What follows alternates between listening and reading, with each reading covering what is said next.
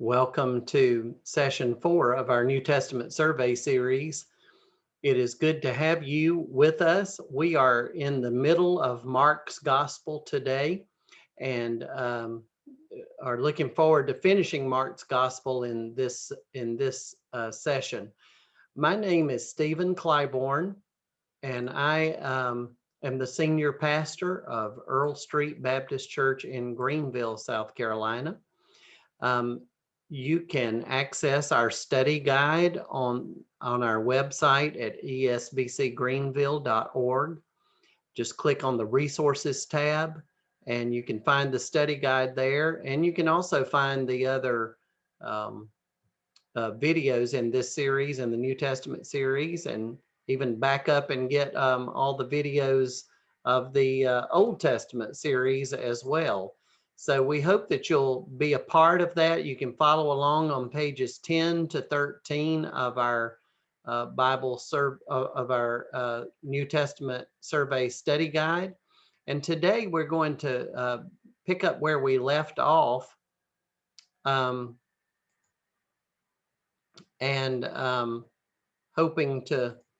I can get this to the right slide in just a second.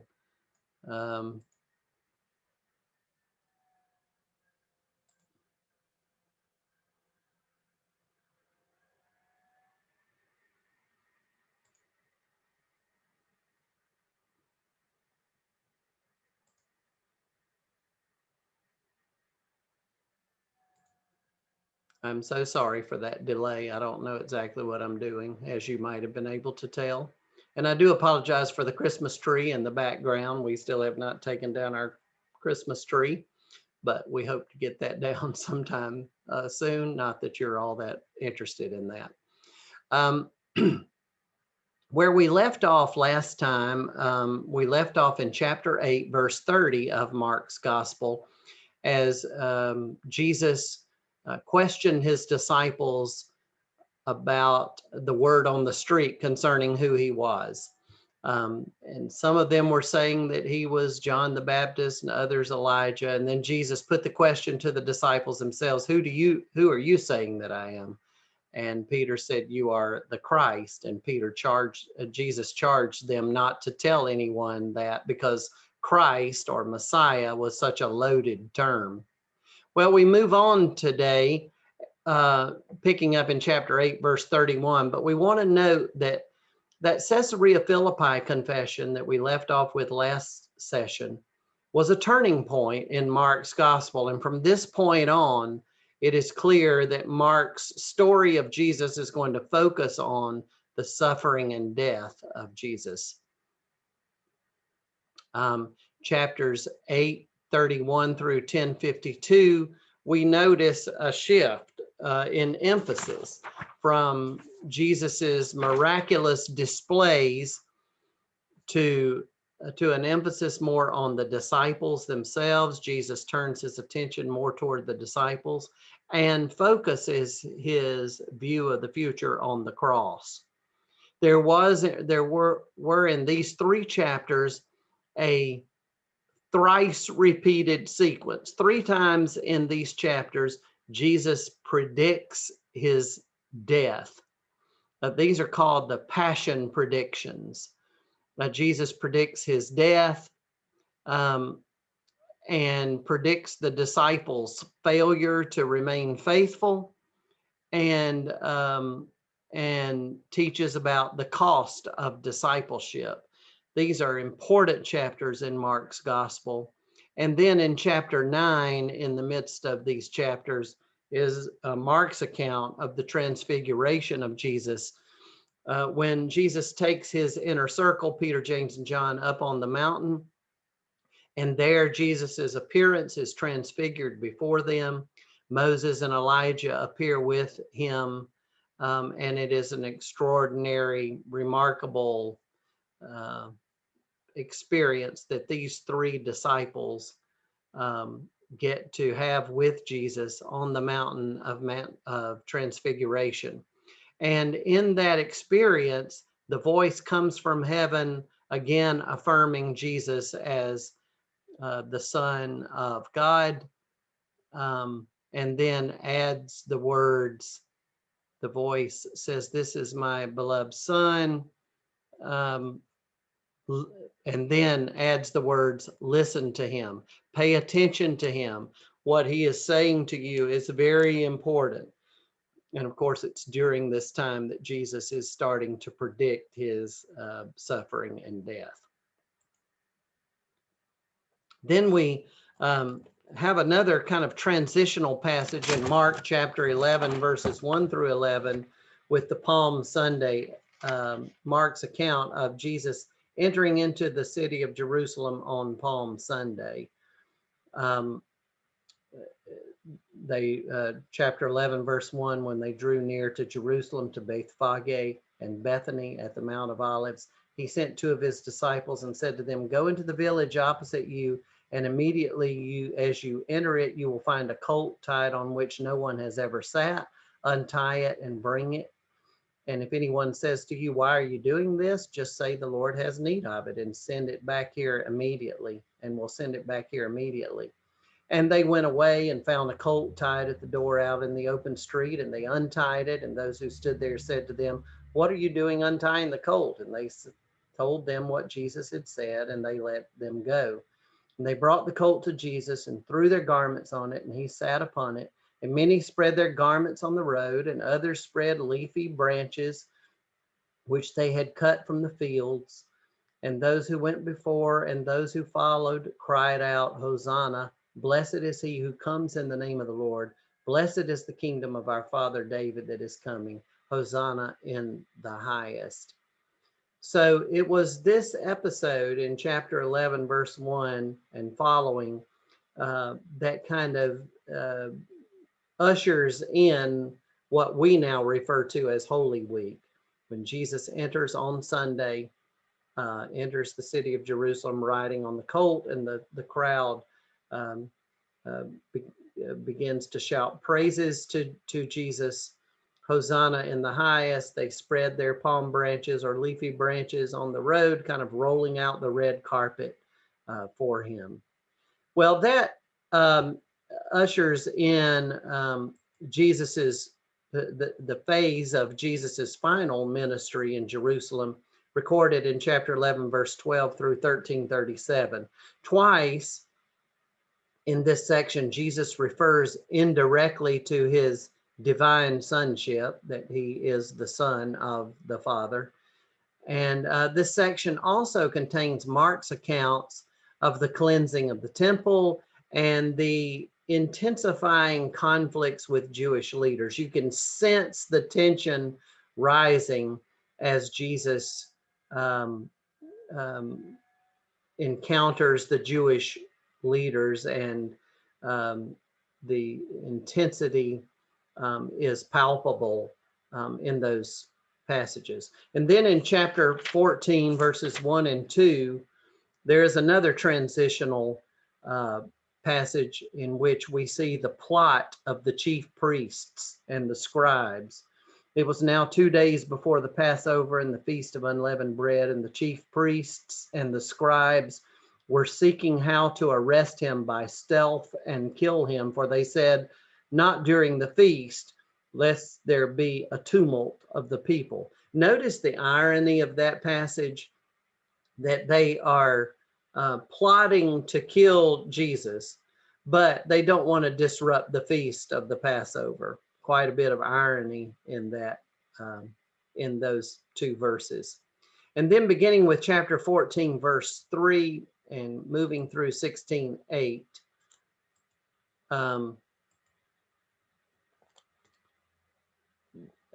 this is the passion narrative and the empty tomb narrative. This section contains the final pair of references to Jesus's sonship. When the high priest asked, "Are you the Christ, the Son of the Blessed?" Jesus said, "I am," in chapter 14, verse 61. And then when the pagan centurion who directed his crucifixion recognized him as the Son of God, in chapter 15, verse 39. But these chapters contain Mark's version of the crucifixion of Jesus, But before that, the Last Supper, and then Jesus's prayer in Gethsemane, the trial before Caiaphas in the latter verses of chapter 14. And then Jesus appears before Pontius Pilate, the Roman procurator, in chapter 15. And then the crucifixion itself beginning in 15:16 and through verse 47 of chapter 15.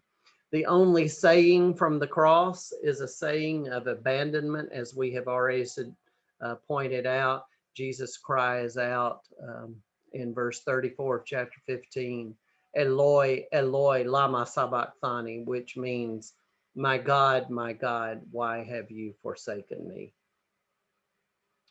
Well, there is a longer ending of Mark's gospel, which picks up in verse 9 of chapter 16. Many scholars believe that originally Mark's gospel ended with verse 8. But if you think about how that appears as an ending, you can see why some scholars believe that some later editors thought that's not a good way to end the gospel, and they came back and added some more material to what might have been the original ending of Mark's gospel. So let's look at how Mark's gospel might have originally ended in chapter 16, beginning with verse 1. And when the Sabbath was past, Mary Magdalene and Mary, the mother of James, and Salome bought spices so that they might go and anoint him. And very early on the first day of the week, they went to the tomb when the sun had risen. And they were saying to one another, who will roll away the stone for us from the door of the tomb? And looking up, they saw that the stone was rolled back. It was very large. And entering the tomb, they saw a young man sitting on the right side, dressed in a white robe, and they were amazed. And he said to them, do not be amazed. You seek Jesus of Nazareth, who was crucified. He has risen. He is not here. See the place where they laid him? But go, tell his disciples and Peter that he is going before you to Galilee. There you will see him as he told you. And they went out and fled from the tomb. For trembling and astonishment had come upon them, and they said nothing to anyone, for they were afraid. Literally, the Greek language has a double negative there. They said nothing to no one, for they were afraid. And that is how many scholars believe the Gospel of Mark originally ended, with kind of on a negative note, that they were shaking in their boots, and they didn't say anything to anybody about it because they were afraid. The longer ending of Mark's gospel, verses 9 through 20 of chapter 16, is included in the majority of manuscripts, though not in the two most reliable manuscripts, as well as several others. So we're not sure if verses 9 through 20 were a part of Mark's original gospel or whether they were later added, but these are other post-resurrection appearances of Jesus that are recorded there. And this passage also contains Mark's version of the Great Commission. And if you read Mark's version of the Great Commission, you understand why we usually refer to Matthew's version instead of Mark's, because Jesus said to them, go into all the world and preach the gospel to the whole creation. That sounds a lot like Matthew's gospel. But then in verse 16, Jesus goes on to say in Mark's gospel, he who believes and is baptized will be saved. Of course, that raises questions about the importance of baptism for salvation. But he who does not believe will be condemned. And then he goes on to say, and these signs will accompany those who believe. In my name, they will cast out demons.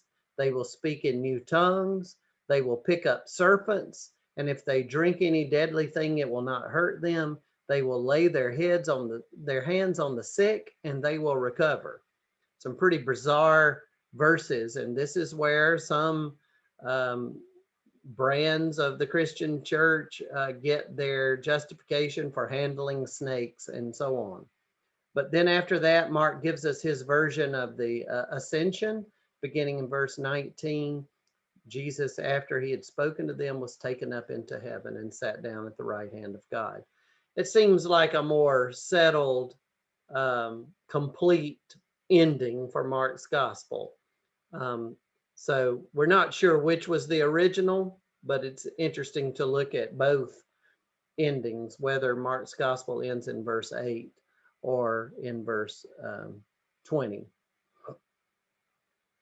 Well, let's look as we close this session at some of the themes in Mark's gospel. As I mentioned in the first session, one of the themes in Mark's gospel is Jesus's identity. The identity of Jesus is a crucial theme throughout the Gospel of Mark, but the identity of Jesus was shrouded in paradox.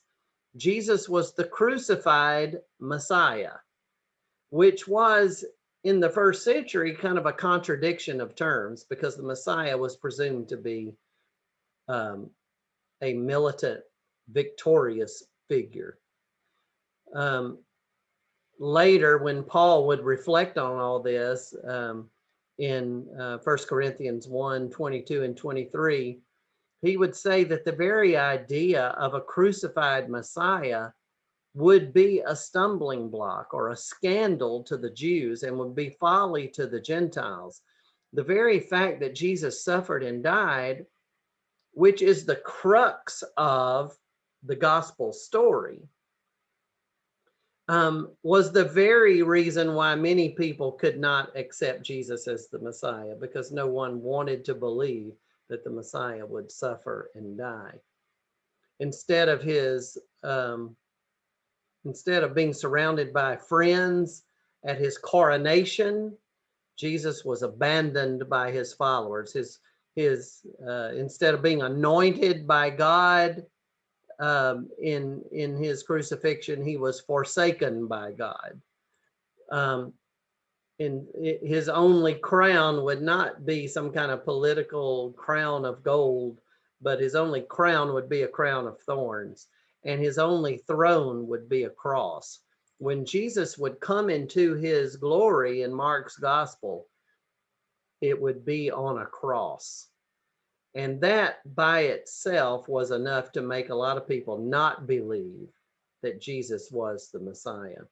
That's why the identity of Jesus throughout Mark's gospel is such a crucial concern. The messiahship of Jesus was packaged in such a way that it was not recognizable, except supernaturally. Remember, it was recognizable to God. It was recognizable to the demons in Mark's gospel, but it was not really until after his scandalous death that people began to make sense of it. Another theme in Mark's gospel was the theme of the disciples. The disciples are given a very privileged role, but even though they're given a privileged role in Mark's gospel, they do not understand the mystery of the cross. There is in Mark's gospel a pattern of misunderstanding that is repeated 3 times leading up to the Passion narrative. The disciples cannot understand, cannot put it all together, cannot make sense of it all until after Jesus has died and has been raised. Another theme in Mark's gospel that is dominant is the theme of the temple. In chapter 11, verses 15 through 19, Jesus cleansed the temple and exposed the corruption of the temple business. In chapter 13, verse 2, Jesus predicted the destruction of the temple. The disciples followed by asking when this would take place in verse 4 of that same chapter.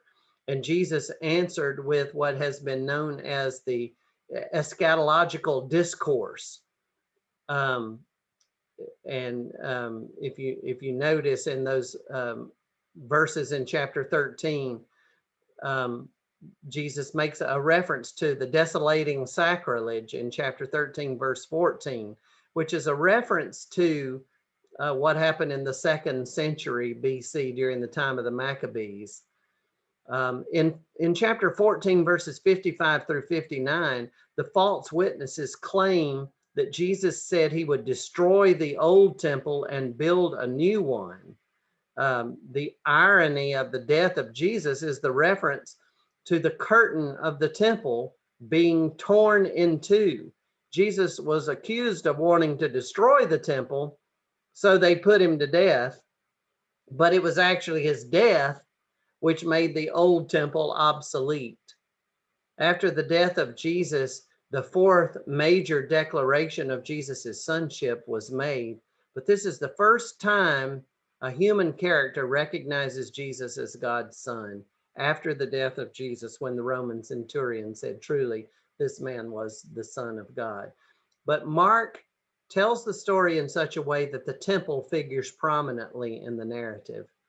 And finally, the final theme that I see in the story of Mark's gospel is how Jesus uh, foreshadows the future. The kingdom of God in Mark's gospel is both a present reality and a future reality. It is already here. Jesus said, remember, in Mark's gospel, chapter 1, verse 15, the kingdom of God is at hand. It's already here. It's here now. Jesus came to usher in the kingdom. But there was a future dimension to the kingdom that had not yet been fully revealed. Jesus's confidence in the future kingdom is what enabled him to remain at peace during his life. The kingdom of God was already present, but it was present in hidden form. In the future, however, Jesus taught the kingdom would be plain for all to see. But before the kingdom comes in its fullness and its power, the disciples would have to endure suffering and persecution. But from the example of Jesus, the disciples could learn how to endure those sufferings, the sufferings of their present age, with assurance and confidence that nothing, not even death itself, could invade the kingdom of God. Just as Jesus endured his own suffering, confident that he would return as the glorious Son of Man, then the church could endure its own persecution and suffering. Because the suffering Son of Man is also, or would be, the returning Son of Man. And those who endured to the end would be saved. So Mark tells his story of the gospel of Jesus in such a way that it foreshadows what is yet to come. And remember that Mark's gospel was written to this audience that was enduring suffering and beginning to ask questions about why they were suffering. So Mark wants to tell the story of Jesus in such a way that he puts the accent on Jesus's suffering, thereby calling his disciples to remain faithful in their suffering as well. In our next session, we will begin to look at the Gospel of Matthew. And so I hope that you will have time to read the Gospel of Matthew, or at least say the first half of Matthew's Gospel, so that you'll be ready for that whenever we return to start looking at Matthew's Gospel. Again, I hope that you will let me hear from you. I would love to know what you're thinking, what you're realizing and learning as you're moving through this material. If you have questions or thoughts or comments that you just want to talk about, I love to have those kinds of conversations, and I hope I'll get to hear from some of you soon. Until next time, see you then.